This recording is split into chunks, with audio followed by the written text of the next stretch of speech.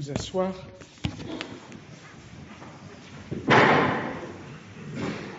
Chers fidèles, tout d'abord quelques annonces.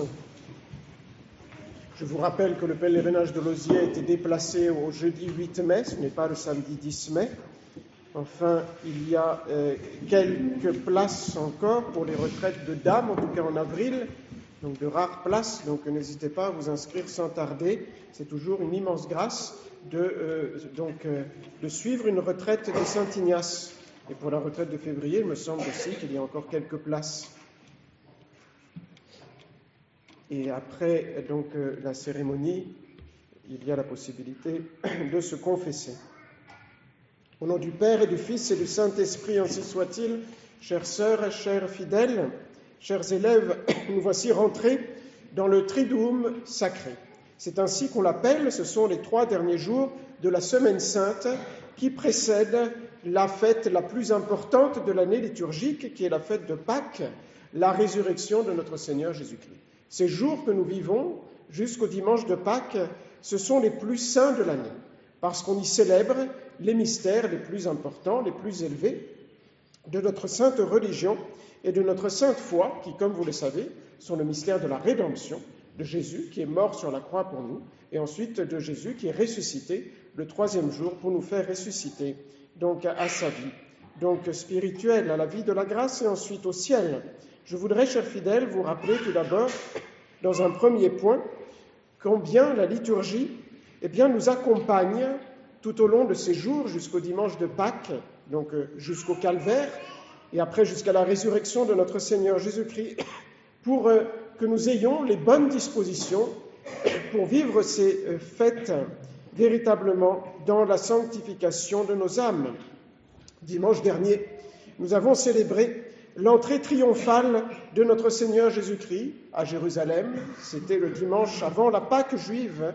Jésus voulait montrer qu'il allait volontairement à sa passion. Et aussi, il voulait nous signifier qu'il est venu délivrer par sa passion les âmes de la servitude du péché. Jésus est venu nous donner la grâce, par sa passion, par sa résurrection, de vaincre le péché, de vaincre le démon, et donc de vivre avec lui pour ensuite rentrer dans la Jérusalem, non pas terrestre, mais céleste. Nous avons mis à nos crucifix les rameaux bénis pour demander à Dieu sa protection et aussi le succès dans nos entreprises, par la foi légitime que nous avons dans les prières de l'Église, qui a donc béni ces rameaux en demandant de nous protéger contre le démon et contre toutes sortes de malheurs. Le jeudi qui a suivi, Jésus s'est rendu de Béthanie, où il était chez ses amis, au Cénacle à Jérusalem. C'était la veille de sa passion. La veille au soir, dans le Cénacle, Jésus a lavé les pieds à ses disciples et ensuite il a institué le sacrement et le sacrifice de la Sainte Messe et aussi il a institué le sacrifice, le sacrement de l'ordre ou du sacerdoce. Mais avant cela, donc, Jésus a voulu laver les pieds à ses disciples pour nous apprendre à savoir nous humilier devant notre prochain et aussi la charité fraternelle. Et donc Jésus nous a demandé d'imiter son exemple.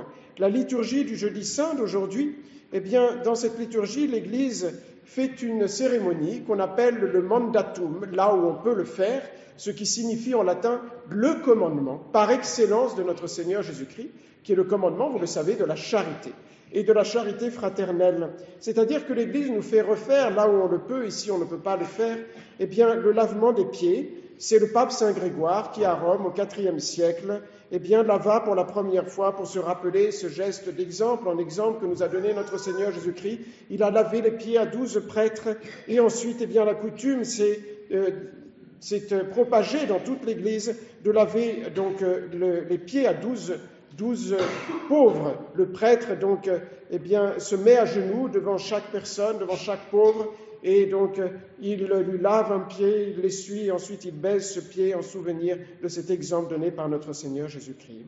Et Jésus, à la fin du rite juif de la mendication pascale, ce jeudi saint, il a institué donc ces 2 sacrements, l'Eucharistie et le sacerdoce. Et dans la liturgie, l'Église, aujourd'hui, célèbre une seule grand-messe solennelle, autant que cela peut se faire ce soir, où même les prêtres d'un même lieu se rassemblent pour signifier que la messe est le renouvellement du seul sacrifice qui plaît à Dieu, qui est le sacrifice de son Fils sur la croix, qui est renouvelé donc à la Sainte Messe. Et donc il n'y a qu'une seule messe, là où il y a plusieurs prêtres, pour bien signifier qu'il n'y a qu'un seul sacrifice, celui de Jésus qui peut nous sauver.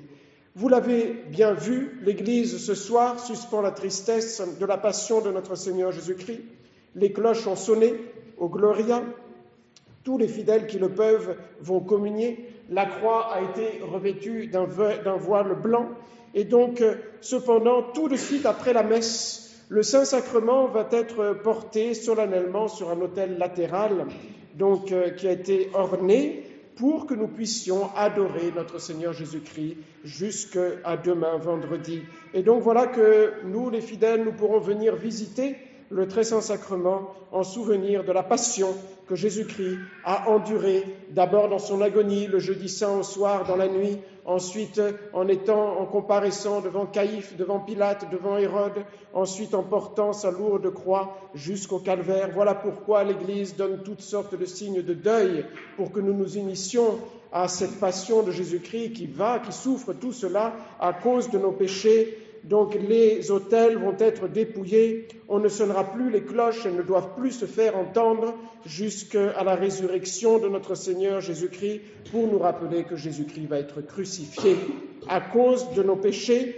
Les jeudis, vendredis et samedis saints, on chante en public les matines qu'on appelle durant ces 3 jours les ténèbres à cause de la tristesse de tous les chants et les prières qui sont adressées à Dieu. Et donc devant l'autel, chaque matin, on met un triangle avec 15 cierges qu'on éteint les uns après les autres, donc à chaque psaume, à chaque lamentation, de ces ténèbres, pour représenter que Jésus va rester tout seul. À la fin, il reste seulement le cierge blanc, le cierge en tout cas, qui représente notre Seigneur Jésus-Christ. Tous les autres sont éteints, cela représente tous les apôtres, tous les disciples qui ont fui. Notre Seigneur Jésus-Christ est resté tout seul pour affronter la mort, et donc voilà que ce cierge est porté derrière l'autel pour signifier que notre Seigneur Jésus-Christ est allé jusqu'à la mort pour nous. Ensuite, on sort en faisant du bruit un peu, donc ce cierge, il sort avec toujours allumé pour représenter la résurrection de notre Seigneur Jésus-Christ,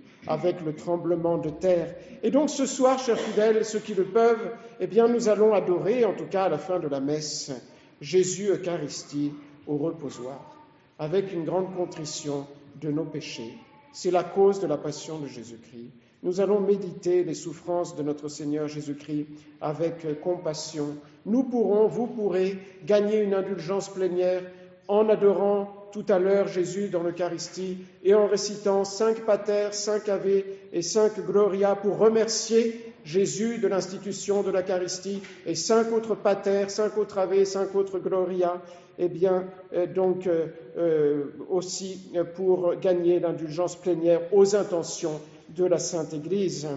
Et donc cette hostie consacrée qui va être transportée donc sur l'autel latéral avec un grand honneur va servir demain, le vendredi saint, pour célébrer ce qu'on appelle la messe des présanctifiés, qui n'est pas une messe, puisqu'il n'y a pas de consécration. L'Église, dans son deuil, se contente de faire une cérémonie d'adoration des saintes espèces et ensuite de consommer les saintes espèces. Le jeudi soir, au saint, c'est aussi ce jour-là que l'évêque consacre les saintes huiles pour administrer les sacrements durant toute l'année. Cela nous fait penser que sans doute Jésus-Christ a institué d'autres sacrements dans cette dernière scène, peut-être la confirmation ou l'extrême-onction. Donc avant le Pater Noster à la messe, l'évêque va consacrer ou consacre ce soir les huiles des infirmes. Et ensuite, après la communion, il va consacrer les 2 autres saintes huiles qui servent à donner tous les sacrements, c'est-à-dire le saint crème pour le baptême des enfants et des adultes, pour les confirmations, pour aussi les sacres d'évêques, pour consacrer les calices, les autels et les églises. Et enfin, il y a la consécration de la 3e huile, l'huile des catéchumènes, pour le baptême, pour ordonner les prêtres. et aussi pour le sacre des rois. Cette huile représente que Jésus-Christ est la lumière. On éclairait autrefois avec l'huile. Jésus-Christ est la force. Jésus-Christ est aussi celui qui vient guérir nos âmes. Avec le Saint-Crème, on met aussi du baume qui représente la bonne odeur des vertus qui doit venir de notre vie, du bon chrétien, et qui doit nous empêcher de nous corrompre avec le péché. Au 1er siècle de l'Église, le jeudi saint, on réconciliait aussi les pécheurs publics, c'est-à-dire qu'après avoir fait une longue pénitence durant le carême, eh bien ce soir, ils étaient admis à recevoir l'absolution et à communier. Ces pénitences publiques n'existent plus. Il ne reste plus que, quand il y a un pape évidemment, la bénédiction que le pape donne à Rome le jour de Pâques, Urbi et Torbi, par lequel il concède une indulgence plénière à tous les fidèles qui ont reçu les sacrements. Et demain, le vendredi saint, eh bien l'Église va exprimer très fortement ses sentiments de deuil, parce que Jésus va comparaître devant Pilate. Il va être donc, on va préférer Barabbas à notre Seigneur. Jésus va être flagellé, couronné, et il va monter avec sa lourde croix jusqu'au calvaire, et donc il va rester 3 heures donc, en agonie sur la croix, avant de rendre le dernier soupir à son Père. Et donc ce supplice de la croix était le plus infamant, le plus douloureux aussi à cette époque, et voilà que la croix est devenue un signe d'honneur. Là où le premier péché a été commis, chers fidèles, au pied d'un arbre, le péché d'Adam et Ève, eh bien, la résurrection, la rédemption va arriver au pied de l'arbre de la croix. Donc par le sacrifice de notre Seigneur Jésus-Christ, parfois au pied de la croix, on met aussi on met une tête de mort, parce qu'on pense que Adam a été enterré sur le calvaire, là où notre Seigneur Jésus-Christ est venu nous racheter. Et quand Jésus est mort, il y a eu un tremblement de terre, il y a eu une éclipse pendant 3 heures dans le monde entier, et donc notre Seigneur a été mis au tombeau pour ensuite ressusciter. Et donc dans sa liturgie, l'Église nous rappelle tout cet événement tragique de la rédemption opérée par notre Seigneur Jésus-Christ. On ne doit jamais manger de viande le vendredi. Le vendredi saint, le prêtre se prosterne en signe de grande tristesse devant l'autel. L'Église va prier pour tous les hommes de la terre, même les païens qui ne croient en rien, les hérétiques, les juifs, parce que Jésus a versé son sang pour la rédemption de toutes les âmes, et le crucifix demain va être découvert, et chaque fidèle va pouvoir adorer et baiser les pieds, donc la plaie des pieds de notre Seigneur Jésus-Christ. Le samedi saint, Jésus est resté dans le tombeau, donc durant la Pâque des Juifs, et durant la veillée pascale, avant l'heure de la résurrection, eh bien la liturgie va tout d'abord faire bénir le feu qui, quand on le peut, est tiré de la pierre, qui représente Jésus-Christ, qui va ressusciter du roc du tombeau. Et donc l'Église va allumer un triple cierge en triangle et va rentrer progressivement dans l'Église, qui va éclairer l'Église. Et les cierges vont être allumés un par un pour bien nous rappeler que les mystères si importants de la Trinité, surtout de Dieu, n'est-ce pas, eh bien, ont été donc connus petit à petit, ont été révélés petit à petit donc au monde. Et il y a la bénédiction du cierge pascal qui représente Jésus-Christ, les fonts baptismaux, et donc la messe qui était célébrée, qui peut être encore célébrée durant la nuit. Et le deuxième point que je voudrais rapidement aborder, chers fidèles, c'est les dispositions que nous devons donc nous efforcer d'avoir pour assister au saint sacrifice de la messe, qui était donc institué par Jésus-Christ aujourd'hui. Voyez-vous, pourquoi assiste-t-on mal à la messe? Pourquoi ne tire-t-on pas toujours le fruit désiré de la messe? La réponse est simple, c'est qu'on ne comprend pas assez le drame qui se déroule sur l'autel. Et voilà pourquoi nous sommes négligents, bien souvent, pour assister à la messe. Nous sommes paresseux pour faire des efforts. Et donc, imaginez un moment que vous deviez assister au film qui vous retrace la vie d'un héros qui, lui tout seul, par son héroïsme, eh bien, a sauvé de son pays de l'invasion de ses ennemis. Eh bien, vous êtes passionné par ce film, vous êtes comme suspendu à toutes les minutes de ce film. Eh bien, voyez-vous, pour la messe, malheureusement, qui est le renouvellement de sacrifice de la croix par laquelle Jésus-Christ tout seul est venu sauver toutes les âmes de l'enfer éternel. Eh bien, par contre, combien nous sommes négligents pour y assister bien souvent. Vous me direz peut-être, il est évident que si j'avais été au pied de la croix avec la très sainte Vierge Marie, j'aurais assisté jusqu'au bout, j'aurais compati aux souffrances de notre Seigneur Jésus-Christ, j'aurais donc essayé de le soutenir, je n'aurais pas été indifférent, mais la messe ce n'est pas pareil, il est normal que l'on soit parfois distrait. Non, ce n'est pas vrai, c'est que nous sommes des hommes de peu de foi. Sur la croix et à la messe, c'est la même victime. C'est la même personne qui s'offre maintenant par le ministère des prêtres catholiques et qui s'est alors offert lui-même sur la croix en tant que prêtre et victime. Il n'y a qu'une seule chose qui diffère entre le calvaire et la messe à laquelle nous assistons. Eh bien, c'est la manière dans laquelle Jésus-Christ s'offre. Alors, vous me direz, comment faire pour assister dignement à la messe ? Eh bien, tout d'abord, regardez l'exemple des saints. Ils avaient une très grande estime de la messe.